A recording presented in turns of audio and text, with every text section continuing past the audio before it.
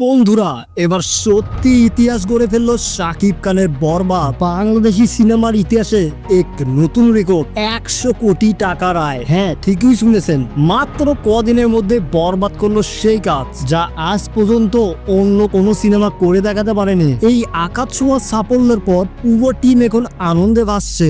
শাকিব খান, মেহেদী হাসান হৃদয় আর পুরো শহর যেন রঙিন হয়ে উঠেছে বিশাল এক পার্টিতে। শুধু অভিনয় না, এই সিনেমায় ছিল গল্প, মিউজিক, অ্যাকশন, সবকিছুর এক দুর্দান্ত মিশ্রণ।